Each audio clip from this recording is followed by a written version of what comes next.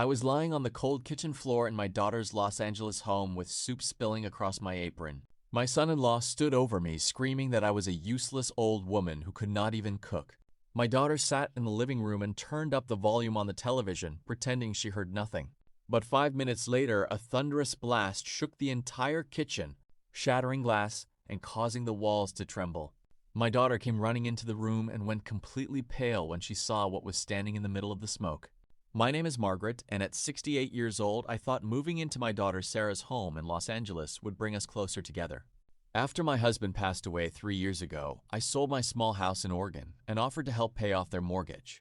Sarah's husband Mark was an ambitious corporate executive who always insisted on maintaining an image of perfect success. From the week I arrived, Mark treated me like an unwanted intruder rather than family. He would make constant remarks about my age and my cooking, while Sarah simply looked down at her phone and stayed silent. On a rainy Tuesday afternoon, I decided to prepare a classic beef stew that had been a family recipe for 3 generations. I spent 2 hours chopping fresh vegetables and simmering the broth carefully in a heavy pressure cooker. When Mark walked through the front door from work, he immediately slammed his leather briefcase onto the island counter. He took one look at the pot and began ranting about the smell, saying he wanted high-class catering instead of cheap home meals. Before I could explain, he grabbed my shoulder and violently shoved me onto the hard tile floor. I hit my knee on the cabinet corner as the pot tilted and hot broth splashed across my clothes. Mark pointed at me and yelled that I was an incompetent old woman who did not belong in his house. I looked toward the living room, hoping Sarah would step in to defend her own mother. Instead, Sarah picked up the remote control and turned up the volume on the news broadcast to drown out the noise. Tears filled my eyes as I gathered myself up off the floor while Mark walked out into the backyard to take a phone call.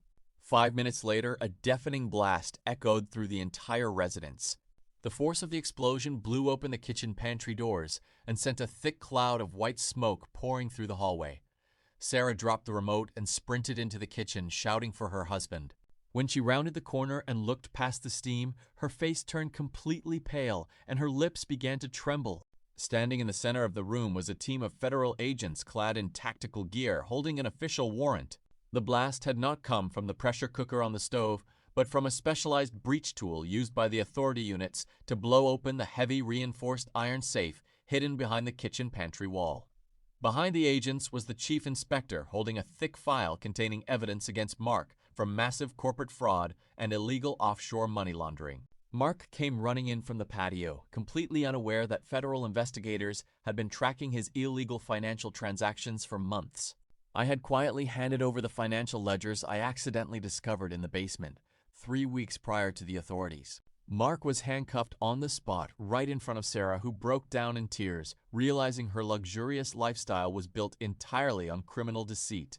I packed my bags that very evening and left for a quiet apartment by the coast, knowing that justice had finally been served.